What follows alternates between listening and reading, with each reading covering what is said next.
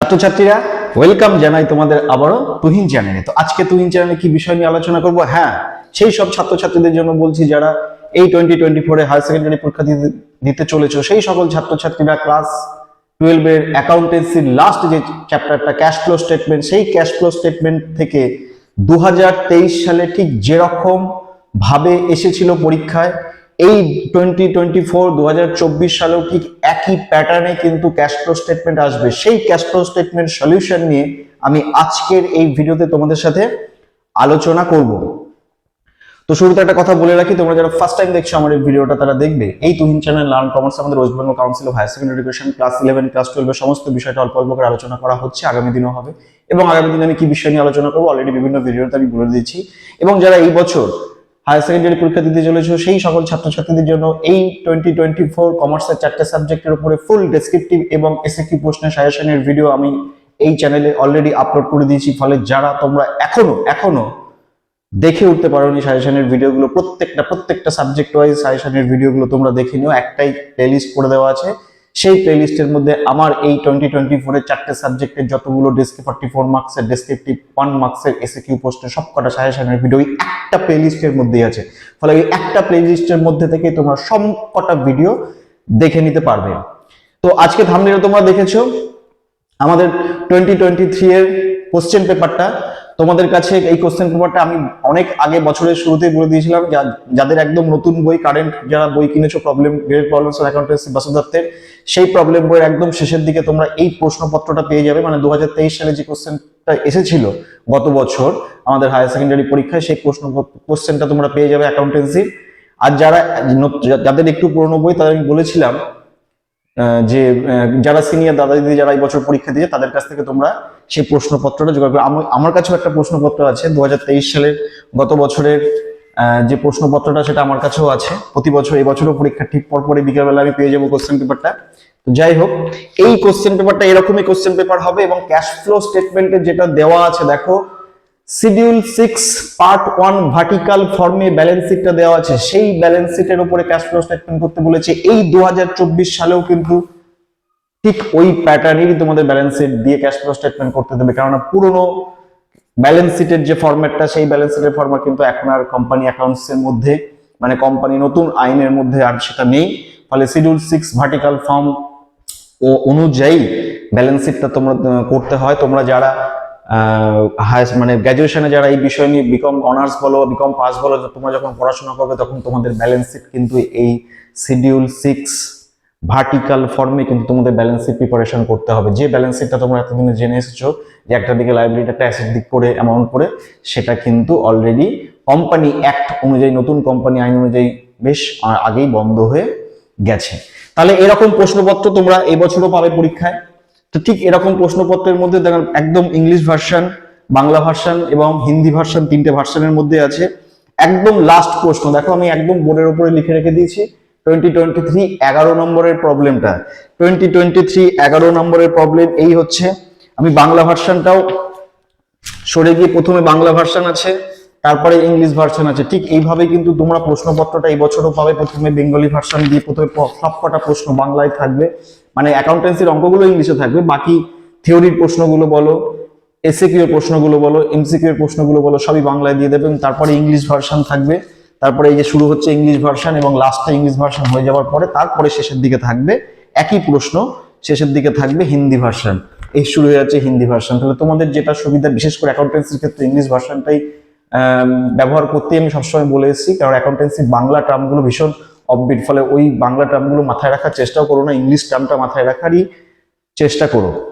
বিশেষ করে accountancy, costing এবং ট্যাক্সেশন, অ্যাকাউন্টেন্সির ক্ষেত্রে মেনলি অ্যাকাউন্টেন্সির ক্ষেত্রে এবং কস্ট ট্যাক্সের ক্ষেত্রে তো অটোমেটিক্যালি হয়ে যাবে। যারা বাংলা মিডিয়ামে আছে তাদের কথা বলছি, আর যারা ইংলিশ ভার্সনে আছে তাদের ক্ষেত্রে তো কিছু বলারই দরকার নেই, তারা তো সবটা ইংলিশে করবে। যাই হোক, আমি ইংলিশ ভার্সনের মধ্যে থেকে একদম লাস্ট 11 নম্বর প্রবলেমটা, এই যে 11 নম্বর প্রবলেম গুলো লিখে রেখেছি, 11 নম্বর প্রবলেমটা বলে দিচ্ছি। দেখো, শিডিউল 6 পার্ট 1 ভার্টিক্যাল ফর্মে ব্যালেন্স শিট দেওয়া আছে। নোট করে দেওয়া আছে, নিচে নোটস আছে। ঠিক এইভাবে আমাদের ব্যালেন্স শিটটা দিয়ে দেবে, নোট বলে দিয়ে দেবে। তারপরে নোটটা ভালো করে দেখে, আমি অঙ্কটা শুরু করার সময় তোমাদের খুব ভালো করে বলে দিচ্ছি যে কিভাবে তোমরা ব্যালেন্স শিটটা দেখার পরে কোন কোন জায়গাগুলো খুব ভালো করে দেখে তারপরে ব্যালেন্স শিটটা তারপরে ক্যাশ ফ্লো স্টেটমেন্টটা অঙ্ক করাটা স্টার্ট করবে। তার আগে একটা কথা বলে রাখি, আমি কমেন্টে পেয়েছিলাম তোমাদের মধ্যে থেকে ক্যাশ ফ্লো স্টেটমেন্টে যে স্যার প্রপোজ ডিভিডেন্ড যদি থাকে, প্রপোজ ডিভিডেন্ডটা কি হিসাবে ব্যবহার করবো, এবং প্রভিশন ফর ট্যাক্সেশনটা যদি থাকে ব্যালেন্স শিটের লাইবিলিটি সাইডে, প্রপোজ ডিভিডেন্ড এবং প্রভিশন ফর ট্যাক্সেশন, তাহলে সেই দুটো আইটেমকে আমরা কিভাবে ক্যাশ ফ্লো স্টেটমেন্টে এন্ট্রি করব। তো শুরুতে একটা কথা বলে রাখি, প্রভিশন ফর ট্যাক্সেশন যে বিষয়টা থাকে, provision for taxation as usual current liability হিসাবে ট্রিট করবে। কারেন্ট লাইবিলিটি হিসাবে ঠিক যেভাবে আমাদের সিন্ডিকেটস এবং বিলস পেবলকে আমাদের ব্যবহার করা হয়, ওয়ার্কিং ক্যাপিটাল চেঞ্জের সময় হয় ইনক্রিজ হয়েছে বা ডিক্রিজ হলে, ইনক্রিজ হলে অ্যাড করতে হবে, ডিক্রিজ হলে মাইনাস করতে হবে, ঠিক কারেন্ট লাইবিলিটির মধ্যে প্রভিশন ফর ট্যাক্সেশনটাকে বিবেচনা করে নেবে। এবং প্রপোজ ডিভিডেন্ড যদি থাকে, তাহলে প্রপোজ ডিভিডেন্ড যদি থাকে তাহলে প্রিভিয়াস ইয়ারের প্রপোজ ডিভিডেন্ড, প্রিভিয়াস ইয়ারের propose dividend cash flow from financing অ্যাক্টিভিটিসে তোমাদের লেস করতে হবে, এবং কারেন্ট ইয়ারের প্রপোজ ডিভিডেন্ডটাকে নন অপারেটিং এক্সপেন্সেস এর মধ্যে তোমাদের অ্যাড করতে হবে। আরেকবার বলে দিই, প্রপোজ ডিভিডেন্ডের দুটো বছরের দেওয়া আছে, একটা 2000 ধরো প্রপোজ ডিভিডেন্ড 2021 2022 দেওয়া আছে। 2021 এ দেওয়া আছে ধরো 10,000 এবং 2022 এ দেওয়া আছে ধরো 12,000। তাহলে প্রিভিয়াস ইয়ার হচ্ছে 10,000 এবং কারেন্ট ইয়ার হচ্ছে 12,000। তাহলে প্রিভিয়াস ইয়ারের প্রপোজ ডিভিডেন্ডটা 10,000টা cash flow from financing activities এর মধ্যে তোমরা লেস করে দেবে। ক্যাশ ফ্লো ফ্রম ফিনান্সিং অ্যাক্টিভিটিসে তোমরা প্রপোজ ডিভিডেন্ডটাকে লেস করবে, কোনটা প্রিভিয়াস ইয়ারে 10,000টা, এবং কারেন্ট ইয়ারে যেটা 12,000 2022 এ যেটা কারেন্ট ইয়ারে থাকবে, সেই কারেন্ট ইয়ারটাকে তোমরা কি করবে না, প্রফিট ক্যালকুলেশন হয়ে যাওয়ার পরে যেখানে অ্যাড নন অপারেটিং এক্সপেন্সেস হয়, যেখানে আমরা গুডউইল রিটার্ন অফ দেখায়, ট্রান্সফার টু জেনারেল রিজার্ভ দেখায়, ডেপ্রিসিয়েশন দেখায়, সারা বছর ডেপ্রিসিয়েশন দেখায়, ঠিক সেখানে প্রপোজ ডিভিডেন্ডটাকে তোমরা কারেন্ট ইয়ারের প্রপোজ ডিভিডেন্ডটাকে সেখানে নন অপারেটিং এক্সপেন্সেসে ওই ফিগারগুলোর সাথে থাকলে ওই ফিগারগুলোর সাথে অ্যাড করে দেবে। ঠিক আছে, তাহলে চলো, এই হচ্ছে ব্যালেন্স শিট। কি বলা আছে দেখি, বলছে from the following balance sheet of ABC limited. দেখো এবিসি লিমিটেডের ব্যালেন্স শিট বলছে, আমরা দেখো শুরুতে লিখে রেখেছি books of ABC limited, cash flow statement, prepare cash flow statement for the year ended 31st December 2022। আমি দেখো লিখে রেখেছি cash flow statement for the year ended 31st December 2022। ঠিক এইভাবে এই প্যাটার্নে তোমরা ছকটা টেনে নেবে ক্যাশ ফ্লো স্টেটমেন্টের। এবং দেখো থাম্বনেলে লিখে রেখেছি 6 মার্কস, একদম 6 পাওয়া যাবে এই ক্যাশ ফ্লো স্টেটমেন্ট থেকে। তারপরে দেখো ব্যালেন্স শিট দেওয়া আছে তোমাদের কাছে, যাদের প্রশ্নপত্র আছে দেখে নেবে। ব্যালেন্স শিটে প্রথমে পার্টিকুলার্স বলে, ইকুইটি এন্ড লায়াবিলিটি বলে, 1 নম্বরে শেয়ার ক্যাপিটাল, এবং তার পাশে নোট আছে 1, এবং তারপর তার নিচে সারপ্লাস বলে নোট আছে 2। যখনই নোট বলে দেবে, নোট বলে 1 2 যখনই ব্যালেন্স শিটের ভেতরে দেওয়া থাকবে, সঙ্গে সঙ্গে নোটে চলে আসবে। দেখো নিচে নোট বলে দিয়েছে। নোট থাকা মানে কি, এই যে শেয়ার ক্যাপিটাল বলছে, শেয়ার ক্যাপিটালের মধ্যে equity share capital, preference share capital সবকিছু ইনক্লুড করে বলে দেওয়া আছে কতটা ফিগার, একদম নেট ফিগারটা এখানে বলে দেওয়া আছে। কারেন্ট ইয়ারে 4 লাখ এবং প্রিভিয়াস ইয়ারে বলে দেওয়া আছে 3,80,000, 3,80,000। ঠিক তেমনি সারপ্লাসের মধ্যে যেটা কারেন্ট ইয়ারে 90,000 এবং প্রিভিয়াস ইয়ারে ছিল 98,000, প্রত্যেকটা সারপ্লাস বলে 2 আছে। ফলে সারপ্লাসের নেট নোটস 2 এর মধ্যে সারপ্লাসের মধ্যে কি কি পড়ছে দেখো, জেনারেল রিজার্ভ বলে দিয়েছে প্রিভিয়াস ইয়ারে 20,000, কারেন্ট ইয়ারে 26,000, এবং প্রফিট এন্ড লস অ্যাকাউন্ট বলে দিয়েছে প্রিভিয়াস ইয়ারে 82,000 এবং কারেন্ট ইয়ারে 66,000। এইটাকে অ্যাডজাস্ট করে, এবং প্রিলিমিনারি এক্সপেন্সেস যেটা বলে দেওয়া আছে, লেস প্রিলিমিনারি এক্সপেন্সেস প্রিভিয়াস ইয়ারে 4,000 এবং কারেন্ট ইয়ারে 2,000। এই প্রত্যেকটা জেনারেল রিজার্ভ, তার সাথে প্রফিট এন্ড লস অ্যাকাউন্ট এবং তার সাথে প্রিলিমিনারি এক্সপেন্সটাকে মাইনাস করে প্রত্যেকটা ফিগার আলাদা আলাদা করে 90,000 এবং 98,000 প্রিভিয়াস ইয়ার এবং 90,000 কারেন্ট ইয়ারে যে ফিগারটা বলে দেওয়া আছে এখানে, সেই ফিগারটাকে আমার ব্যালেন্স শিটের মধ্যে একদম কারেন্ট সারপ্লাস বলে লিখেছে। ফলে সারপ্লাসের পাশে যে 1 বা 2 প্রত্যেকটা আইটেমের পাশে যেটা নোট বলে 1 2 3 করে দেওয়া আছে, প্রত্যেকটাই অঙ্ক প্রশ্নপত্রটা পাওয়ার পরে সঙ্গে সঙ্গে নোটে চলে গিয়ে দেখবে তার ডিটেলসটা কি বলা আছে। প্রত্যেকটা আইটেম ডিটেলস করে করে করে করে ফিগারগুলো দেওয়া থাকবে। ফলে আজকের এই ভিডিওটা আমি খুব ভালো করে প্রত্যেকটা স্টেপ তোমরা খুব ভালো করে দেখে নেবে। কোশ্চেন পেপারটা খুলে ঠিক কিভাবে করছি, এই ধরনের ক্যাশ ফ্লো স্টেটমেন্টটি এই 2024 এ চলে আসবে। হ্যাঁ, তার মানে কি এই অঙ্কটা আসবে না, এই অঙ্কটা আসবে না, এই ধরনের ব্যালেন্স শিট দিয়ে আমাকে প্রবলেমটা করতে দেবে, ফিগারগুলো আলাদা থাকবে, কিছু অ্যাডজাস্টমেন্ট অ্যাড হলেও হতে পারে, কিছু নাও হতে পারে, ব্যাস এই। তাহলে চলো শুরুতে আমরা কি লিখবো না, ক্যাশ ফ্লো স্টেটমেন্টের মধ্যে শুরুতে আমাদের এ বলে লিখতে হবে cash flow from operating activities. তাহলে লিখে ফেলি এ বলে লিখছি ক্যাশ ফ্লো ফ্রম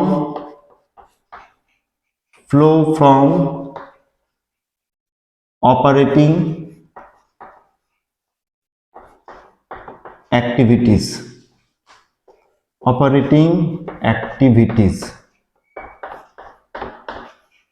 বলে কলম দিয়ে তলায় আন্ডারলাইন করে দেবেন।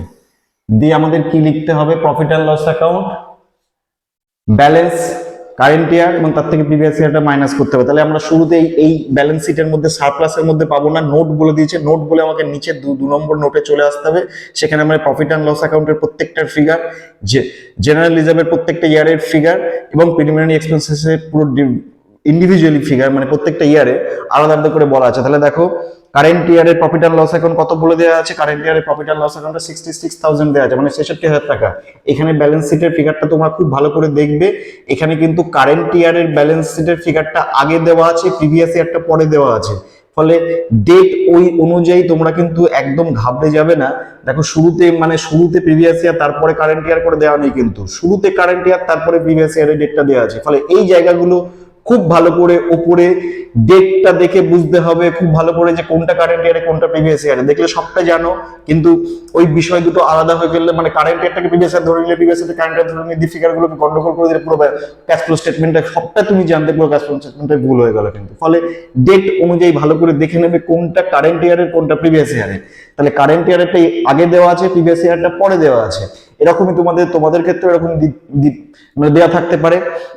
ফলে দেখো প্রফিট অ্যান্ড লস অ্যাকাউন্ট বলে দেওয়া আছে 66,000। তাহলে আমি সেটা আগে লিখি না, profit and loss account balance, profit and loss account balance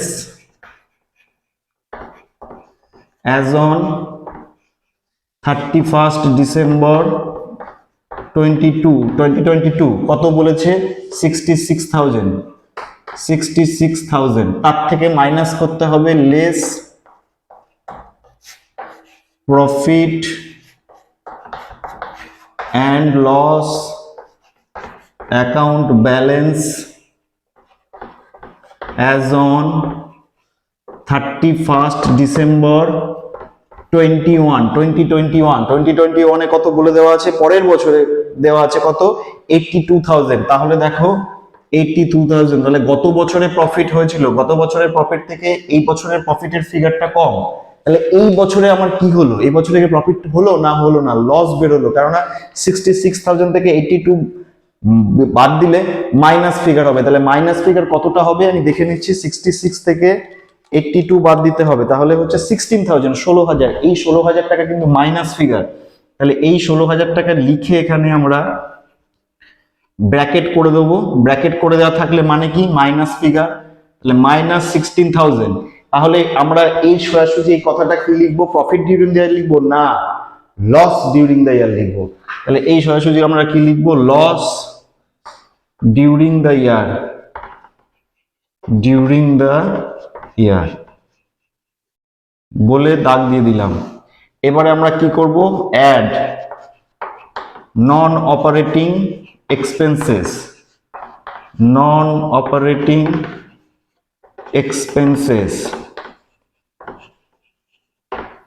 তাহলে নন অপারেটিং এক্সপেন্সেস বলে আন্ডারলাইন করে দিলাম। নন অপারেটিং এক্সপেন্সেসে কি কি যায় না, যদি আমার টানজিবল ইনট্যানজিবল অ্যাসেটের মধ্যে যদি গুডউইল থাকে, তাহলে গুডউইলে যদি ট্রান্সফার হয়ে থাকে, যদি মানে রিটেন অফ হয়, তাহলে সেটা আসবে।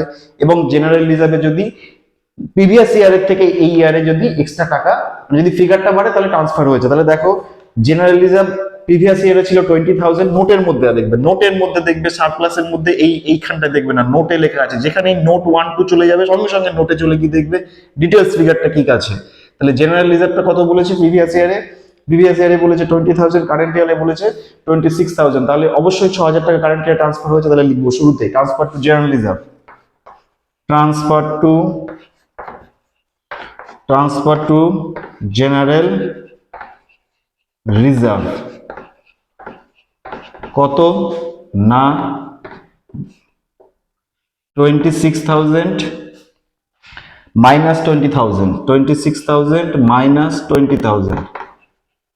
তাহলে 6000 আমার প্লাস ফিগার চলে গেল নন অপারেটিং এক্সপেন্সেস এর মধ্যে। আর কি দেখো নিচে ফিগার আছে premium expenses. Premium expenses previous ইয়ারে নোটের মধ্যে আছে, প্রিভিয়াস ইয়ারে কত ছিল 4000, কারেন্ট ইয়ারে কত আছে 2000। তাহলে 4000 থেকে 2000 মানে 2000 টাকা 2000 রিটেন অফ হয়েছে বা রাইট অফ হয়েছে। তাহলে রাইট অফটা নন অপারেটিং এক্সপেন্সেস প্রিমিয়াম এক্সপেন্সটা অ্যাড হবে। তাহলে কি করতে হবে, এই নন অপারেটিং এক্সপেন্সে রাইট অফ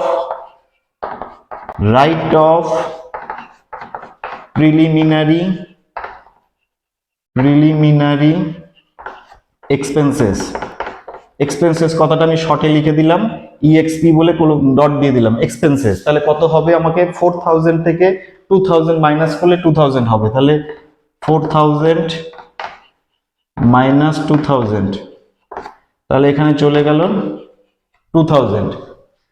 ঠিক আছে, কোনো ডেপ্রিসিয়েশন আছে, ডেপ্রিসিয়েশনের ব্যাপারে আমাকে কিছু বলে দেওয়া নেই, আমার কোথাও নোটে অঙ্কের মধ্যে বলে দেওয়া নেই। তাহলে আর অঙ্কের মধ্যে কি আসবে, আর এই নন অপারেটিং এক্সপেন্সেস এর মধ্যে আর কিছু আসবে না। তাহলে নন অপারেটিং এক্সপেন্সেস 6 আর 2 যোগ করলে হচ্ছে 8000 টাকা। সেই 8000 টাকা চলে গেল আমার সেকেন্ড কলমে।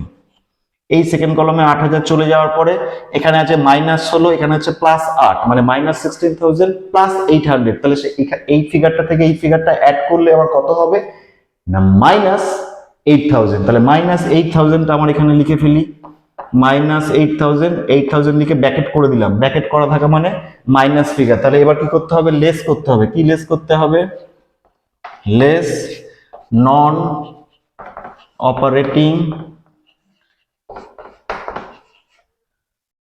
ইনকাম। নন অপারেটিং ইনকাম লেস করতে হবে। নন অপারেটিং ইনকাম এই অঙ্কটার ক্ষেত্রে কিছু বলে দেওয়া নেই। তাহলে নন অপারেটিং ইনকাম এই অঙ্কটার মধ্যে কোথাও কিছু নেই। তাহলে নন অপারেটিং ইনকাম কত বেরোবে না নীল। তাহলে নীল নন অপারেটিং ইনকাম বেরিয়ে গেল নীল। তাহলে -8 থেকে নীল বাদ দিলে কত হচ্ছে -8000। -8000টাই আমরা এখানে লিখে দিলাম, মানে 8000 লিখে ব্র্যাকেট করে দিলাম। এই সোজাসুজি এই ফিগারটা আমার কি বেরোলো না অপারেটিং প্রফিট। আমরা প্রফিট হলে কি লিখি, operating profit before working capital changes. এক্ষেত্রে লিখবো operating loss before working capital changes. লিখে ফেলি operating loss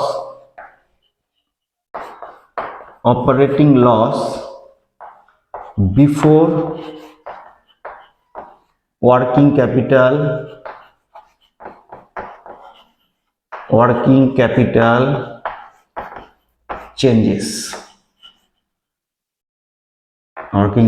changes. Operating loss before working capital changes বেরিয়ে গেল আমাদের -8000। ঠিক আছে, এরপরে আমাদের ওয়ার্কিং ক্যাপিটালের চেঞ্জেস মানে add increase in current liability, decrease in current asset এবং তারপরে less decrease in current liability and increase in current asset. আমার যা আছে ফিগারটা সেই ফিগারগুলো করতে হবে। তাহলে আমার 8000 -8000 বেরিয়ে গেল এখানে operating loss before working capital changes. ঠিক এরপরে আমার তারপরের পার্টটা স্টার্ট হবে। যেহেতু আমার বোর্ডটা মানে পুরোটা হয়ে গেছে লেখা, আমি জায়গাটা মুছে নিয়ে তারপরের পার্টটা তোমাদের আস্তে আস্তে স্টেপ বাই স্টেপ চলো দেখিয়ে দিচ্ছি। চলো দেখো, আমি এখানে বোর্ডটা মুছে নিয়ে উপরে আমাদের আগে কি বেরিয়েছিল -8000, যেটা operating loss before working capital changes, এই ফিগারটা আমি লিখে নিলাম।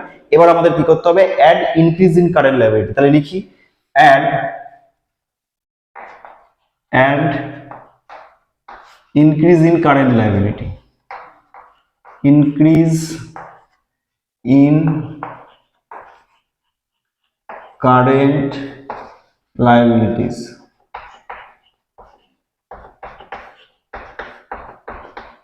বলে কোলন দিয়ে আন্ডারলাইন করে কারেন্ট লায়াবিলিটি কি ফিগার আছে, কারেন্ট লায়াবিলিটির ফিগার আমার এখানে প্রভিশন ফর ট্যাক্সেশন এবং বিলস পেয়েবলস আছে।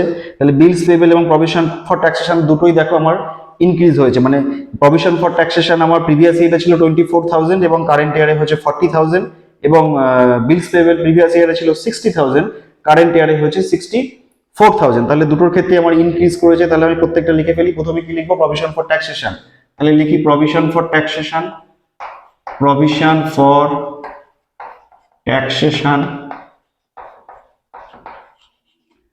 আমার কতটা বেড়েছে প্রভিশন ফর ট্যাক্সেশন কারেন্ট ইয়ারে হয়েছে কত 40000। তাহলে কারেন্ট ইয়ারের থেকে প্রিভিয়াস ইয়ারটা বাদ দিলেই আমি পেয়ে যাব কতটা আমার ইনক্রিজ হয়েছে। 40,000 মাইনাস 24,000, তাহলে 24,000, তাহলে হচ্ছে আমার এখানে 16,000 প্লাস ফিগার। তারপরে হবে বিলস পেয়েবল, বিলস পেয়েবল, বিলস পেয়েবল,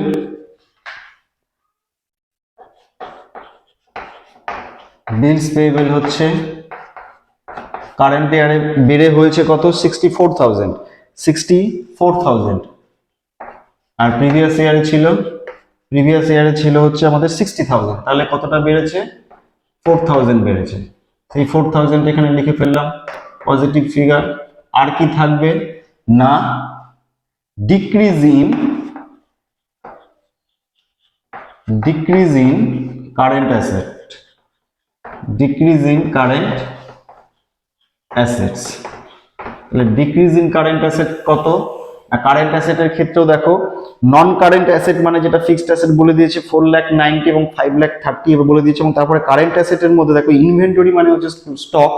ইনভেন্টরি প্রিভিয়াস ইয়ারে ছিল 50,000, প্রিভিয়াস ইয়ারে 50,000, কারেন্ট ইয়ারে হচ্ছে আমার 60,000, এবং এক্ষেত্রে কিন্তু আমার ডিক্রিজের বিষয়টা আসবে। এবং ট্রেড রিসিভেবল এর মধ্যে দেখো আমার ট্রেড রিসিভেবলের মধ্যে কিন্তু আমার নোট 3 দেওয়া আছে, তাহলে নোট 3 তে আমাদের যেতে হবে।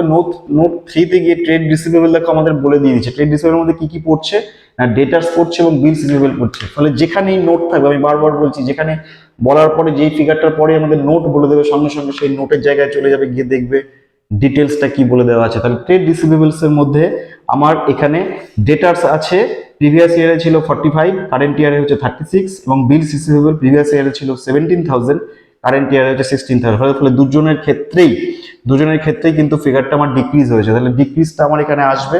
তাহলে আমাদের শুরুতে কি লিখবো, ডিক্রিজ ইন কারেন্ট অ্যাসেটের মধ্যে ডেটার্স, ডিক্রিজ ইন কারেন্ট অ্যাসেটের মধ্যে ডেটার্স বলে কত ফিগার, ডেটার্স কতটা ডিক্রিজ হয়েছে, 45, যেটা প্রিভিয়াস ইয়ারে ছিল, এখন হয়েছে কত, কারেন্ট ইয়ারে 36,000। তাহলে আমার ঠিক কতটা ডিক্রিজ হয়েছে না, আমার 9,000 ডিক্রিজ হয়েছে। এটা আমাদের অ্যাড হবে। আর বিলস রিসিভেবল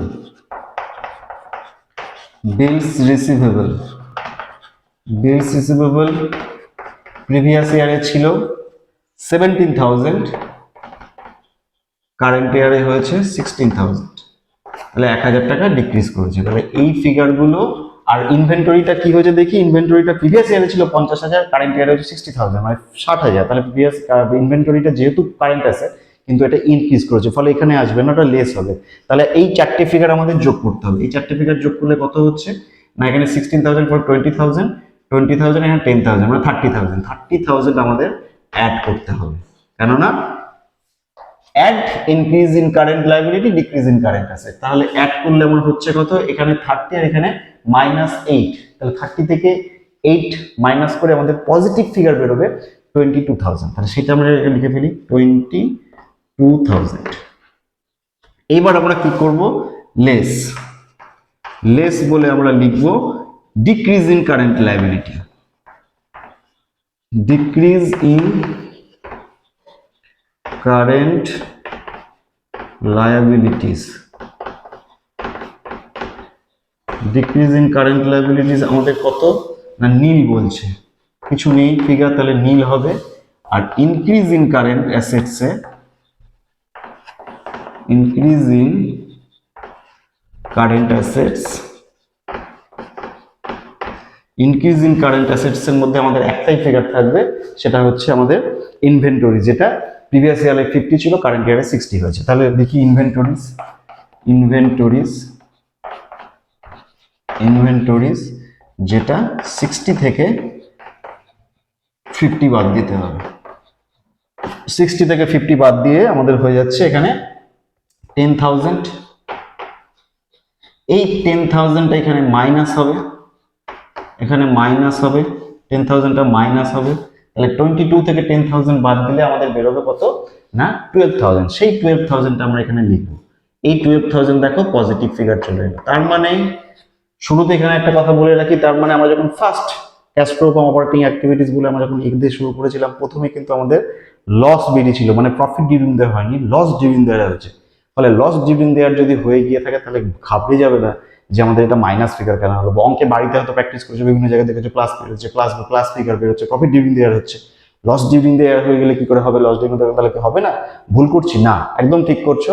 দেখো আলটিমেট সবকিছু অ্যাডজাস্টমেন্ট করতে করতে এসে আমার cash flow from operating activities কিন্তু মানে ক্যাশ জেনারেটেডটা কারণ পজিটিভ ফিগার চলে গেল, বা যদি মাইনাস ফিগারও আসে, আমার ইনভেস্টিং থেকে পজিটিভ ফিগার চলে এসছে, আমার ফিনান্সিং থেকে পজিটিভ ফিগার চলে এসছে, আমার ultimately cash and cash equivalent মানে এন্ড যেটা ক্যাশ অ্যান্ড ক্যাশ ইকুইভ্যালেন্ট বলে দেওয়া থাকবে, সেই ফিগারটা যদি আমার একদম শেষে গিয়ে আমার ক্যাশ ফ্লো স্টেটমেন্টের একদম যদি ফিগারটা বেরিয়ে যায়, তাহলেই কিন্তু আমার অঙ্ক একদম ঠিক আছে, এবং অঙ্ক ঠিক থাকলে 6 পাওয়া যাবে। তাহলে এবার এইটা কি বেরোলো না, cash generated from operation, cash generated from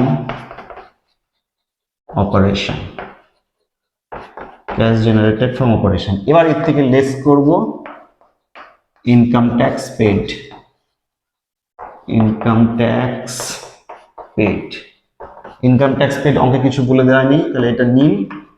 তাহলে একদম আমাদের বাইরে ফিগার যাচ্ছে কত, 12,000। এই 12,000টা হচ্ছে আমাদের cash flow from operating activities. তাহলে সেটা লিখে ফেলি, cash flow from operating activities,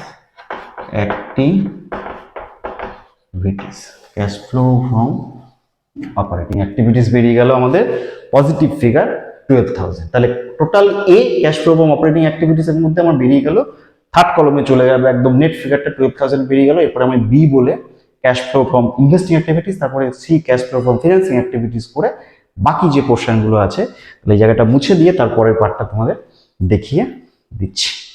তাহলে চলো, আমাদের cash flow from operating activities বেরিয়ে গেল 12,000 টাকা, 12,000 পজিটিভ। এবার আমাদের কি করতে হবে, cash flow from investing activities. তাহলে হেডিং করে দিই বি বলে আমরা কি লিখবো, ক্যাশ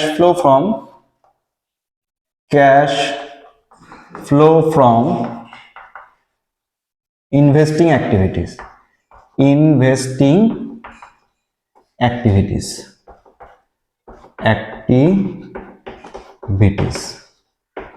বলে কোলন দিয়ে ইনভেস্টিং অ্যাক্টিভিটিস আমাদের কি কি থাকবে না, ফিক্সড অ্যাসেট, যেটা ট্যানজিবল ফিক্সড অ্যাসেট, ট্যানজিবল নন কারেন্ট অ্যাসেট বলতে নন কারেন্ট অ্যাসেট বলে দেওয়া আছে, দেখো ফিক্সড অ্যাসেট বলে দেওয়া আছে। প্রিভিয়াস ইয়ারে ছিল 4,90,000 এবং কারেন্ট ইয়ারে আছে 5,30,000। তাহলে অবভিয়াসলি পারচেস করা হয়েছে, তাহলে পারচেস করেছে কত, পারচেস করলে আমাদের মাইনাস ফিগার বেরোবে। তাহলে পারচেস করেছে কত না, টোটাল 40,000 পারচেস করেছে। তাহলে লিখি purchase of fixed asset, purchase of fixed asset,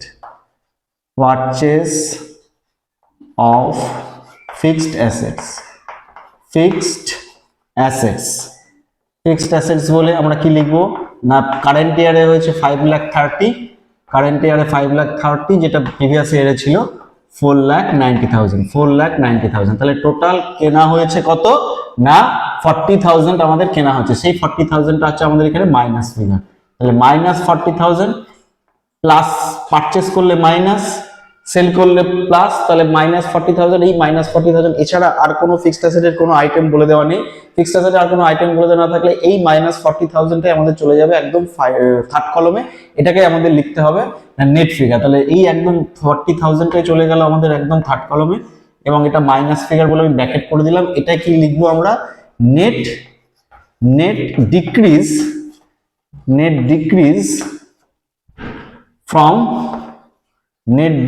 from investing activities, বা আমরা কি লিখতে পারি, আউটফ্লো ফ্রম ইনভেস্টিং অ্যাক্টিভিটিসও লিখতে পারি, নেট আউটফ্লো কথাটাও লিখতে পারি। তাহলে এখানে ডিক্রিজের বদলে আমরা কি লিখতে পারি, আউটফ্লো কথাটাও আমরা লিখতে পারি, এখানে লিখে দিলাম আউটফ্লো। আর যদি পজিটিভ ফিগার হয় তাহলে ইনফ্লো, আর যদি মাইনাস ফিগার হলে আউটফ্লো, বা ডিক্রিজ বা ইনক্রিজ কথাটাও আমরা লিখতে পারি। তাহলে চলো, আমাদের B cash flow from investing activities হয়ে গেল। এবার আমাদের সি বলে লিখতে হবে cash flow from financing activities. তাহলে সি বলে লিখবো cash flow from financing activities. Financing অ্যাক্টিভিটিসের মধ্যে আমাদের কোথায় চলে যেতে হবে, শেয়ার ক্যাপিটাল। তাহলে অঙ্কের ক্ষেত্রে দেখো শেয়ার ক্যাপিটাল বলে নোট 1 করা আছে, তাহলে সঙ্গে সঙ্গে আমাদের নোটে চলে যেতে হবে। নোটে গিয়ে দেখো শেয়ার ক্যাপিটাল আমাদের দুটো ফিগার বলা আছে, একটা ইকুইটি শেয়ার ক্যাপিটাল, এটা 10% preference share capital. 10% preference share ক্যাপিটালটা প্রিভিয়াস ইয়ারও 1 লাখ ছিল, কারেন্ট ইয়ারও 1 লাখ হয়েছে, ফলে নো অ্যাডজাস্টমেন্ট। কিন্তু ইকুইটি শেয়ার ক্যাপিটালটা প্রিভিয়াস ইয়ারে ছিল 2,80,000 এবং কারেন্ট ইয়ারে হচ্ছে 3,000, 2,80,000 3 লাখ, তাহলে টোটাল 20,000 বেশি হয়েছে কারেন্ট ইয়ারে। 20,000 বেশি করা হয়েছে মানে অবভিয়াসলি নতুন করে ইকুইটি শেয়ার ইস্যু করা হয়েছে। তাহলে আগে লিখতে হবে কি, issue of equity share, issue of equity share বলে এখানে দেখিয়ে দিতে হবে 3 লক্ষ মাইনাস 2,80,000, তাহলে টোটাল 20,000। এই 20,000টা চলে গেল আমাদের একদম সেকেন্ড কলমে প্লাস ফিগার। এছাড়া আর কোনো আর কি আছে না, 2 বলে নন কারেন্ট লায়াবিলিটিস বলে, নন কারেন্ট লায়াবিলিটিস মধ্যে লং টার্ম বোরোইং বলে 8% ডিবেঞ্চার আছে। 8% ডিবেঞ্চার প্রিভিয়াস ইয়ারে ছিল 50,000 এবং কারেন্ট ইয়ারে হচ্ছে 60,000, তাহলে 8% ডিবেঞ্চারও নতুন করে ইস্যু করা হয়েছে 10,000, সেটাও আমরা এখানে লিখবো। তাহলে ইস্যু অফ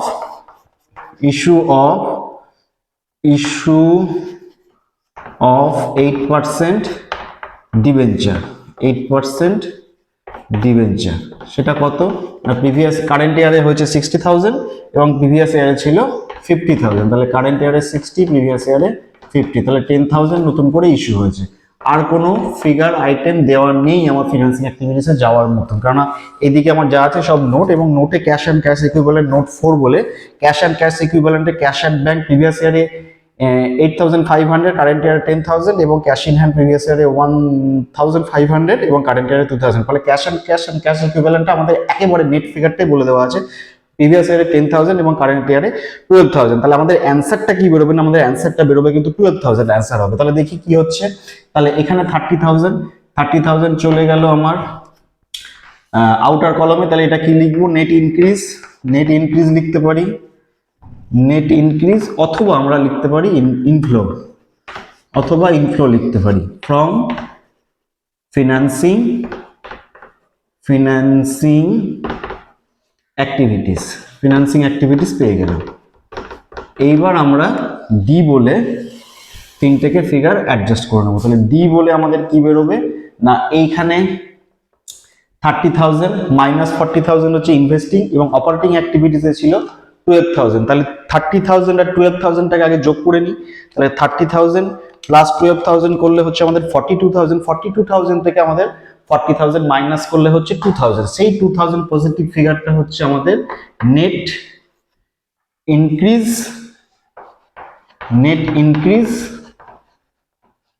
বা inflow net increase in cash and cash equivalent, net increase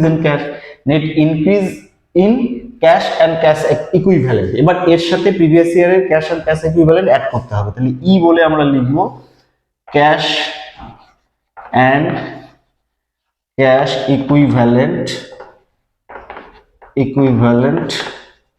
as on 31/12/21, মানে 31 ডিসেম্বর 2021, কত না 10,000। তাহলে 10,000 এখানে আমাদের লিখতে হবে।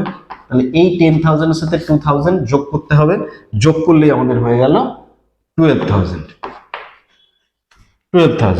এখানে অ্যাড করলে বা অ্যাড আমরা লিখছি বা না লিখলে কোনো অসুবিধা নেই, অ্যাড যোগ করে দিচ্ছি ক্যাশ অ্যান্ড ক্যাশ ইকুইভ্যালেন্ট 10,000, এখানে 10,000 আর আগে ছিল 2,000, যোগ করলে হলো 12,000। এই 12,000টাই হচ্ছে আমাদের ক্যাশ অ্যান্ড ক্যাশ ইকুইভ্যালেন্ট বলে একদম ব্যালেন্স শিটে দেওয়া আছে 31 ডিসেম্বর 2022।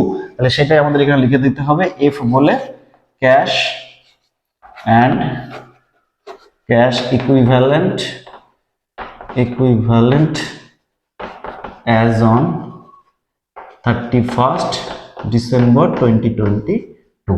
এই 12,000 যেটা আমাদের ব্যালেন্স শিটে ক্যাশ অ্যান্ড ক্যাশ ইকুইভ্যালেন্ট 12,000 বলে 31 ডিসেম্বর 2022 তে দেওয়া আছে। তাহলে এইভাবে হবে কিন্তু আমাদের ক্যাশ ফ্লো স্টেটমেন্ট। এবং তোমাদের এই অঙ্কটা পরীক্ষার আগে দেখানোর আমার একটাই উদ্দেশ্য ছিল, ঠিক যেরকম 2023 তে দিয়েছিল ক্যাশ ফ্লো স্টেটমেন্টটা, ঠিক এরকম ক্যাশ ফ্লো স্টেটমেন্টই শিডিউল 6 পার্ট 1 ভার্টিক্যাল ফর্মে কিন্তু তোমাদের 2024 কিন্তু আসার সম্ভাবনা প্রবল প্রবল প্রবল ম্যাক্সিমাম।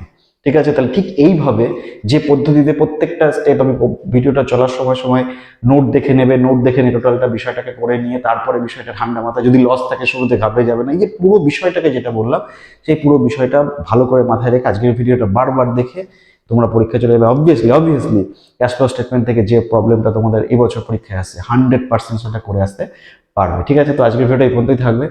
যদি ভালো লেগে থাকে লাইক দিতে ভুলবে না, শেয়ার করতে ভুলবে না, প্রচুর প্রচুর শেয়ার করো বন্ধুদের সাথে। এবং যারা ফার্স্ট টাইম দেখলে আমাদের ভিডিওটা, যদি ভালো লেগে থাকে, যদি ইনফরমেটিভ লাগে, যদি পুরোটা কনসেপ্টটা ক্লিয়ার হয় এবং ভবিষ্যতে কমার্স রিলেটেড যদি আরও ভিডিও পেতে চাও তাহলে অবশ্যই এই চ্যানেলটাকে সাবস্ক্রাইব করে রাখবে এবং পাশে থাকা বেল আইকনটা প্রেস করে রাখতে একদমই ভুলবে না। আমি খুব তাড়াতাড়ি অন্য বিষয় নিয়ে, অন্য টপিক নিয়ে, অন্য সাবজেক্টের অন্য টপিক নিয়ে খুব তাড়াতাড়ি চেষ্টা করছি তোমাদের পরীক্ষার আগে বিভিন্ন বিষয় তোমাদের এই সময় দেখিয়ে দেওয়া। ঠিক আছে, ফলে তোমরা খুব মন দিয়ে পড়াশোনা করো।